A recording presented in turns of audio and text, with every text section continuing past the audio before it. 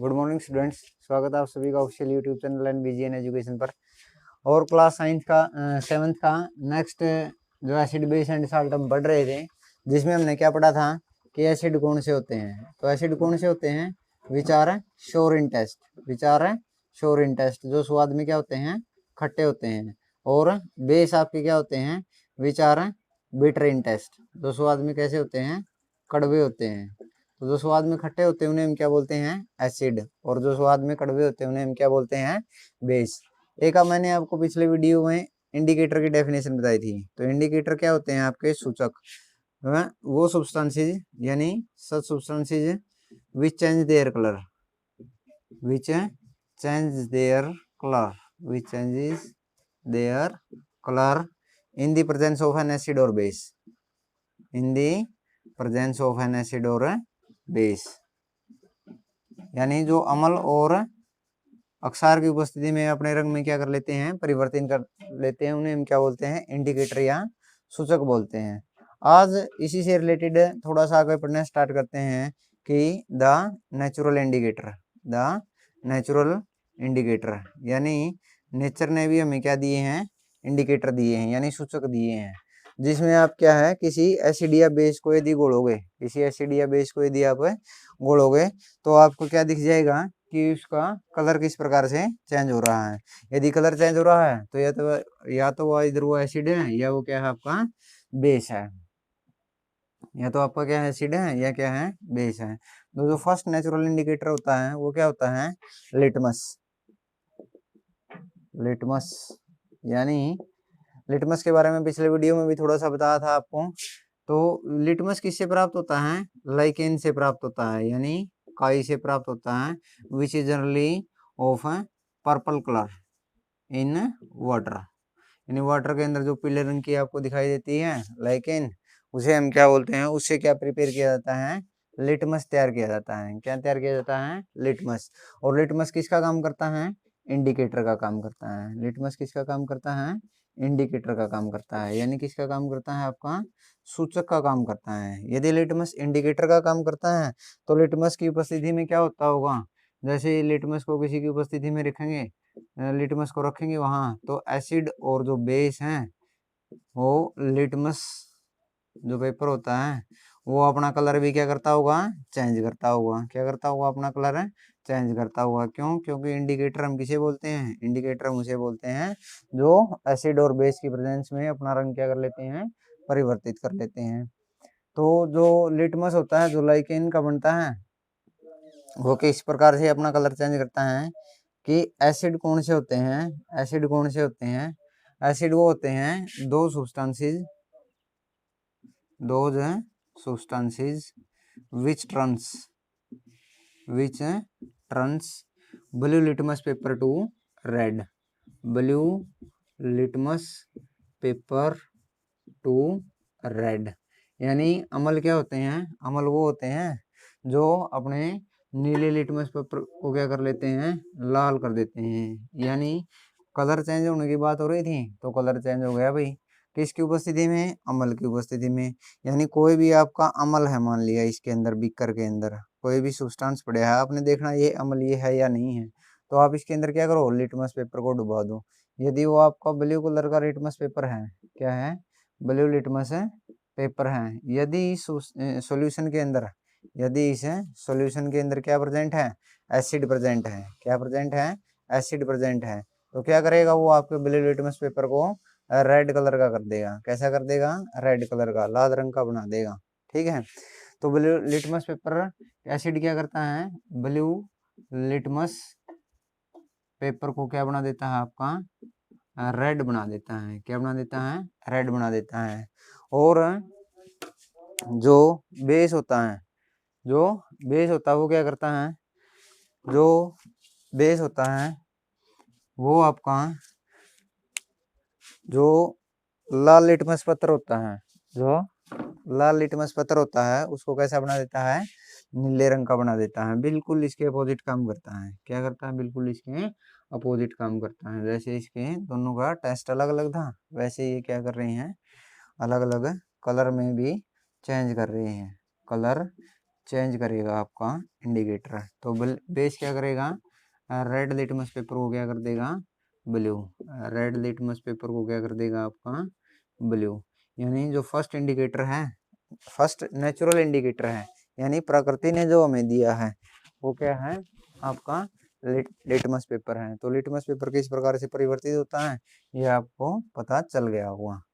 इसके अतिरिक्त कुछ सोल्यूशन ऐसे भी होते हैं जिनका जो लिटमस पेपर को कलर को ट्रांस नहीं करते हैं, यानी which does not change the colour of litmus paper.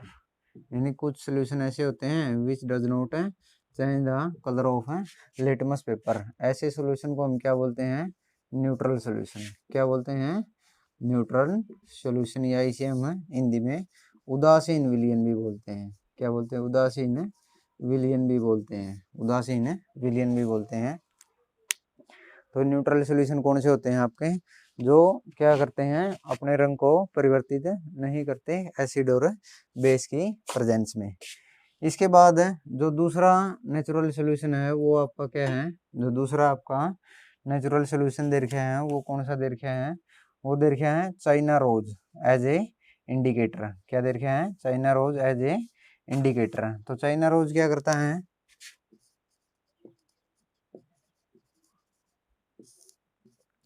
China rose indicator, China rose भी क्या करता है अपने कलर को परिवर्तित कर लेता है। जैसे ही आप चाइना रोज को क्या करोगे, एसिड या बेस के सोल्यूशन में डालोगे तो क्या होगा, एसिड सोल्यूशन जब भी होगा क्या होगा, एसिड का एसिडिक, एसिडिक बोल दो एसिड, यानी अम्लीय या अम्ल का विलयन जब भी होगा, या तो अम्लीय विलयन या अम्ल का विलयन। एसिड लिखोगे आप तो अम्ल का विलयन, और एसिडिक लिखोगे तो अम्लीय विलयन। तो अम्लीय विलयन जब भी होगा आपका तो जो सोल्यूशन है वो क्या कर देगा, उसका डार्क पिंक रंग कर देगा। क्या कर देगा, एसिडिक सोल्यूशन यदि एसिड होगा तो जो चाइना रोज है उसका कलर कैसा कर देगा, डार्क पिंक या मैजेंटा भी जिसे बोलते हैं।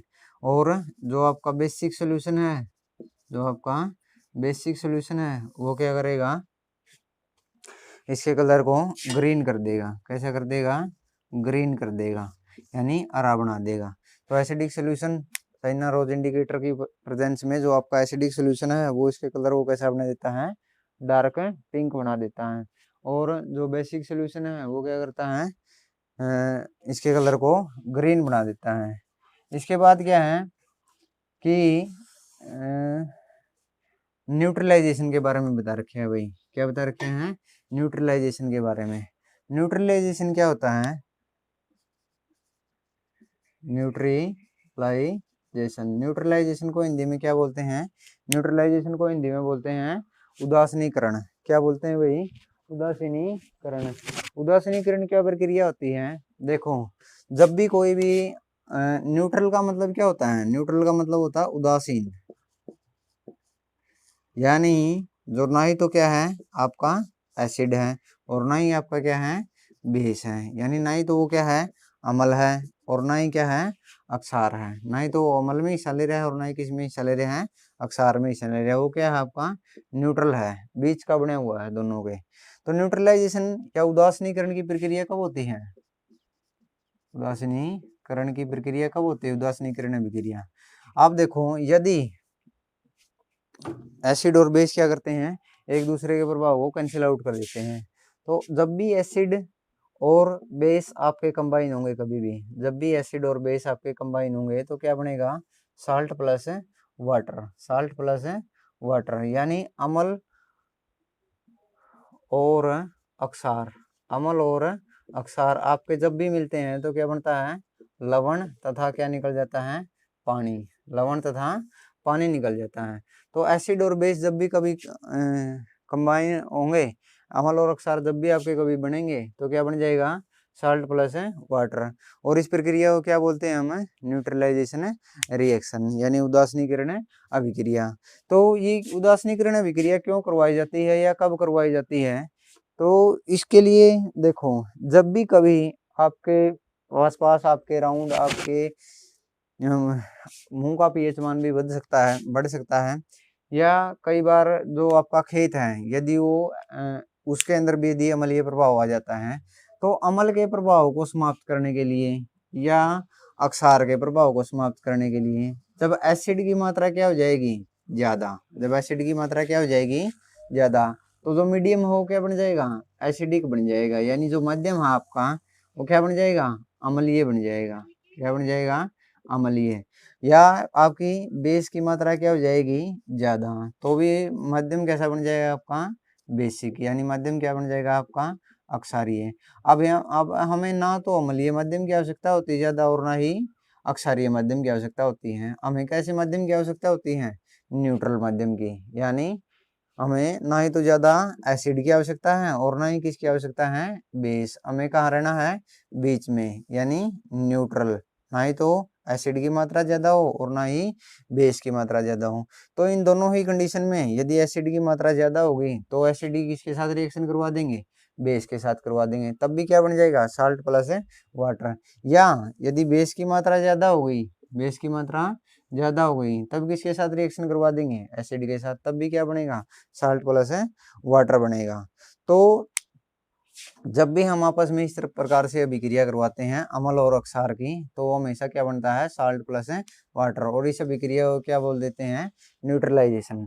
क्या बोलते हैं न्यूट्रलाइजेशन उदासीनीकरण अभिक्रिया।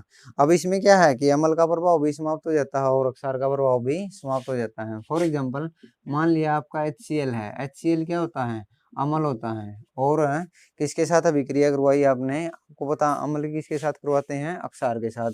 मान लिया आपने किसके साथ करवाई सोडियम हाइड्रोक्साइड के साथ, तो ये देखो क्या बन जाएगा जो सोडियम धातु है ये क्लोरीन के साथ जुड़ जाएगी NaCl, और ये OH और H मिलके क्या बना लेंगे आपका H2O पानी।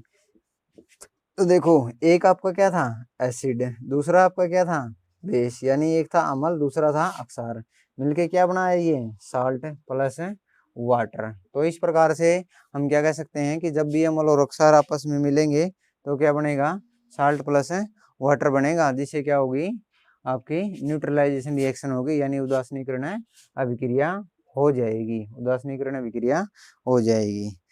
तो उदासीनीकरण की जरूरी नहीं है HCl NaOH, number of example आप ले सकते हो, कोई भी दूसरा ले सकते हो, जैसे HCl की पोटासियम हाइड्रोक्साइड की रिएक्शन करवा सकते हैं इसके साथ KCl प्लस H2O, यानी कोई भी अम्ल और अक्षार जब भी आपस में मिलेंगे तो हमेशा क्या बनेगा साल्ट प्लस वाटर, और एक दूसरे के इफेक्ट को कैंसिल आउट कर देंगे, इसलिए इसे क्या बोल देंगे हम न्यूट्रलाइजेशन रिएक्शन।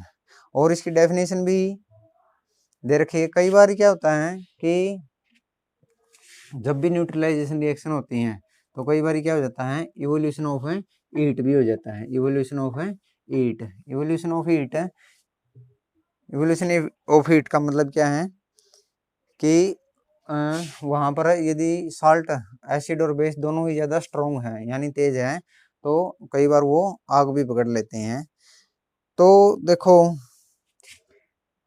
इसके बाद क्या है दो चीजें आपको दे मिलेगी, एक तो चीज होती है कंसंट्रेटेड एसिड या कंसंट्रेटेड आपको बेस लिखा मिल जाए कहीं, एक होती है डाइल्यूट एसिड या डाइल्यूट बेस लिखा हुआ मिल जाए कहीं। कंसंट्रेटेड क्या होती है सांद्र अम्ल या सांद्र अक्षार या तनु अम्ल या तनु अक्षार। देखो कंसंट्रेटेड क्या होते हैं, कंसंट्रेटेड वो होते हैं जिसके अंदर जो अम्ल या अक्षार की मात्रा क्या होती है मैक्सिमम होती है, यानी कंसंट्रेटेड एसिड वो होते हैं which contains acid in maximum amount, यानी एसिड की मात्रा इसके अंदर क्या होती है ज्यादा से ज्यादा होती है और पानी की मात्रा क्या होती है कम होती है। और डाइल्यूट क्या होता है विच कंटेन्स एसिड इन